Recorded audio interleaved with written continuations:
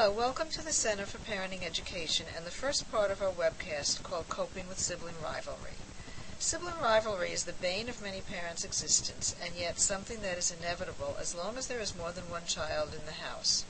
Parents often feel exhausted and worn out by all the bickering and teasing, and they wonder why their children seem to fight so much. They want to find out how they can promote a warm and close relationship between their children that will carry forward into their children's adulthood. In this part of the Sibling Rivalry series, we'll address many issues that will help you to understand the rivalry that occurs between your children. With this broader perspective, you'll be able to find ways to manage it. Parents are often amazed at the different forms that sibling rivalry can take and how creative and mean their children can be to each other. Here are just a few of the ways that children can provoke one another. Name-calling, blaming, poking, stealing things, lying, challenging a belief, arguing, simply looking at each other, tattling, breaking something that belongs to the other one, hitting, throwing something at the other one, or hiding something that is important to the other one. Some of these tactics are probably agonizingly familiar to you, and you can probably come up with a few more ingenious ways that your children seem to torment one another. To most parents, all the fighting seems so unnecessary and gets on their nerves and can be exhausting and upsetting because they don't like seeing their children hurt each other or be mean to one another. And many parents have added pressure because they feel like they have to resolve the problems like a wise old owl and have the wisdom of Solomon to do so. So weary parents often wonder, why do kids fight so much? It makes no sense to us at all. Actually, there are some benefits to kids when they fight, and it's interesting to think about this from their perspective. They may get attention, feel powerful, get a break from boredom, and it may be more exciting than anything else they have going on, connect with their siblings, get physical contact, become the favored one in their parents' eyes if they make their sibling look bad. These are all things that children need. But sibling rivalry is not the best way for them to achieve these goals.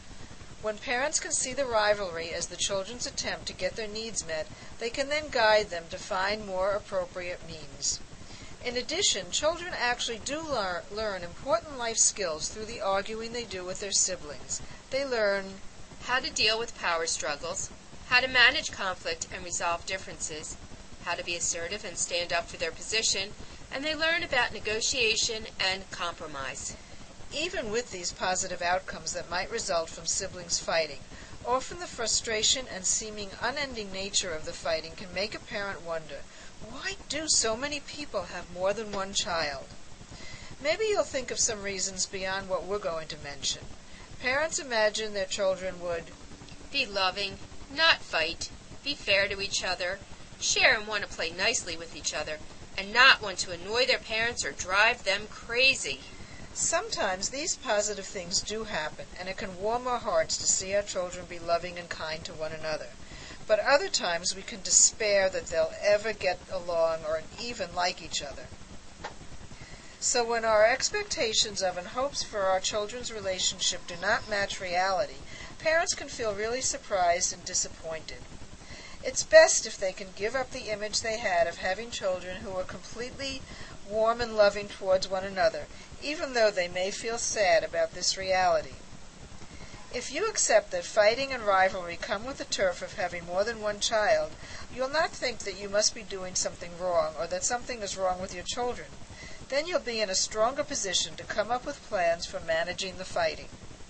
Another point to remember is how we handle our own children's conflicts can be influenced by how our parents dealt with any rivalry between us and our siblings.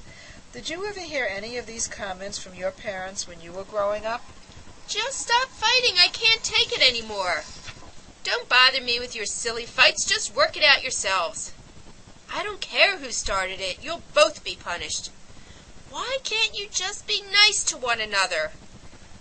Sometimes parents find themselves responding to their children in the same way that their parents responded to them.